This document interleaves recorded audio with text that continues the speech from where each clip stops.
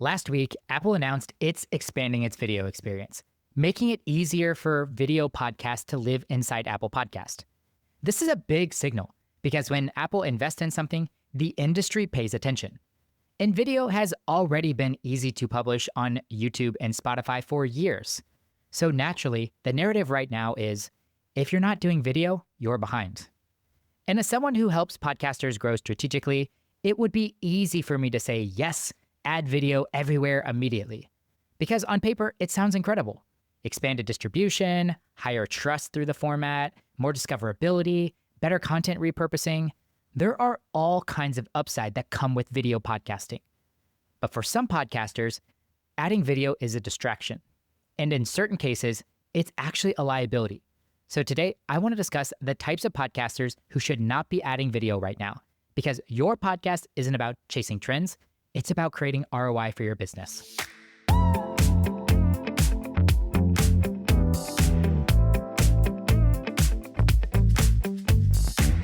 I'm actually really excited about the news from Apple enhancing their video experience and making it easier to add video. Technically, you've been able to publish video on the platform for a long time, but I can tell you firsthand, after helping a client get their video on Apple, it was not simple or creator-friendly.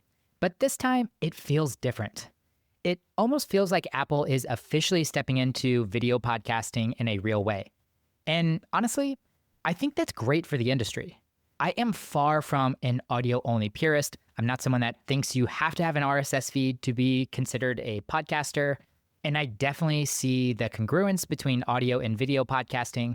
In fact, overall, it probably creates more upside than downside for the medium as a whole. But this news has sparked a lot of conversation with podcasters asking me essentially, should I be investing in video right now? Am I falling behind if I don't do this? And the honest answer is, I don't think there's a blanket yes or no. I know that feels like a cop-out answer, but I have to ask a couple of follow-up questions. I'd need to understand your goals, your business model, your capacity, your strengths. I've been asking these questions to a lot of podcasters, and I started noticing a pattern. There are certain types of podcasters for whom video makes a lot of sense. And then there are others where it's a distraction, or it's at least premature to start investing in video. So today, I want to walk through the 4 types of podcasters who should seriously consider staying audio only, or even dropping video if they're already investing in it. So let's start with the first type, and that is the budget-conscious business owner. It should be no secret that adding video is going to cost you way more than staying audio only. Here at SimplePod, our packages are 2 to 3 times more expensive for our video podcasters versus our audio podcasters. And I would expect that to be the case if you're going to outsource your production to an agency like ours. But even if you don't plan to outsource your production, there are still costs that add up. The cost for gear can be really scary. Cameras and lenses are going to cost you a couple of $1,000s. There's extra batteries, there's tripods, there's lighting. There's your set design or your background upgrades, cables, memory cards, adapters. The hardware and the tech really adds up fast.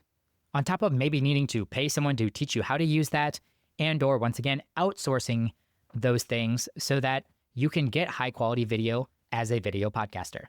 But not only some of the one-time gear cost, there's also a lot of ongoing costs to consider. Editing your video podcast is going to require probably a more powerful editing software. There's also cloud storage and hard drives that are consumed much faster whenever you are keeping the raws and the finals for video podcast versus audio podcast. So if you are a budget-conscious business owner, maybe you're new to business or just running a lean business, I think you should highly consider the additional cost that video podcasting is going to add. And sometimes that extra investment isn't going to result in extra ROI.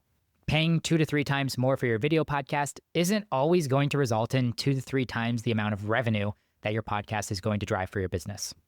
And in all honesty, even if you're not a budget-conscious business owner, it might not be the best use of your money. Instead of investing in video podcasting, you might want to consider investing in a higher point of leverage, like paid ads to grow your audio-only podcast faster, or investing into a production team to produce your audio-only podcast so that you can gain time back to properly market your show. If you want a high-quality show without adding major production cost, audio is a more affordable and sustainable choice. So I think the question isn't necessarily, can I afford to add video? But instead, is video the highest leverage use of my next dollar? The next type of person that should consider staying audio only versus adding video is the I don't want to be on social media person. No judgment here, but many of the business owners I talk to don't want to be on social media. They don't enjoy social media. They don't want to be consuming social media more than they do. And they don't want to contribute heavily on a video forward platform like TikTok or Instagram. And the good news is, I think that is completely okay. But a huge portion of video podcasting's upside comes from short form distribution, platforms like TikTok, Instagram Reels, YouTube Shorts. So if you're not planning to participate on these platforms, you're leaving most of the algorithmic growth on the table. And at that point, you're just recording a second format. And to take it one step further, another myth that I commonly see is the people that just say, well, we'll just repurpose it. A lot of people think they'll record video and just repurpose clips. But if you're not posting consistently, you don't enjoy being on camera, you're not optimizing hooks for short form, and you're not studying retention, these clips are often going to underperform. And if you're not also considering your greater strategy on these platforms, you're not creating organic content outside of your podcast for these platforms, you're not engaging with your followers, the community on these platforms as well, your account in general will also probably underperform. All of this to say, I think it's worth asking yourself, are you adding video because it aligns with your strategy? Or are you just adding video because you feel pressured to do it? If you don't want to play the game of social media, audio-only podcasting may actually be better aligned with your personality and your strengths. Okay, the third type of podcaster is the newer creator.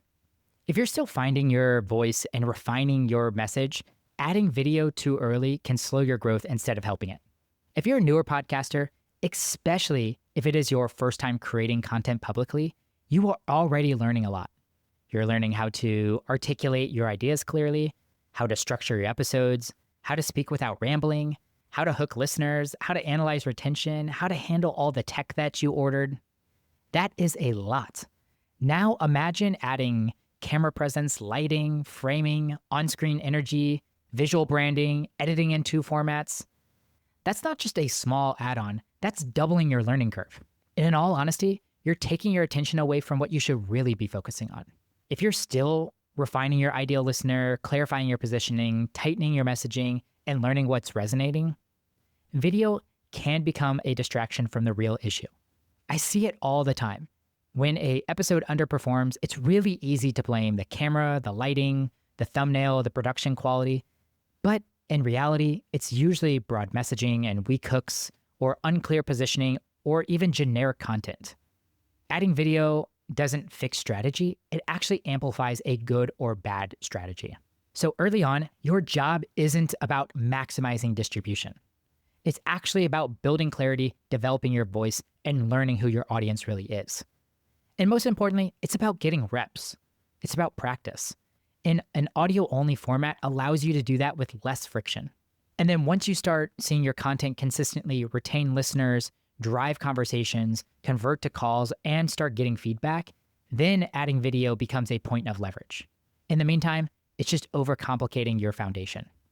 The fourth and the final type of podcaster that should consider staying audio only is the time-strapped operator. These are founders, business owners who are already maxed out. They're running teams, managing clients, traveling, and selling and delivering.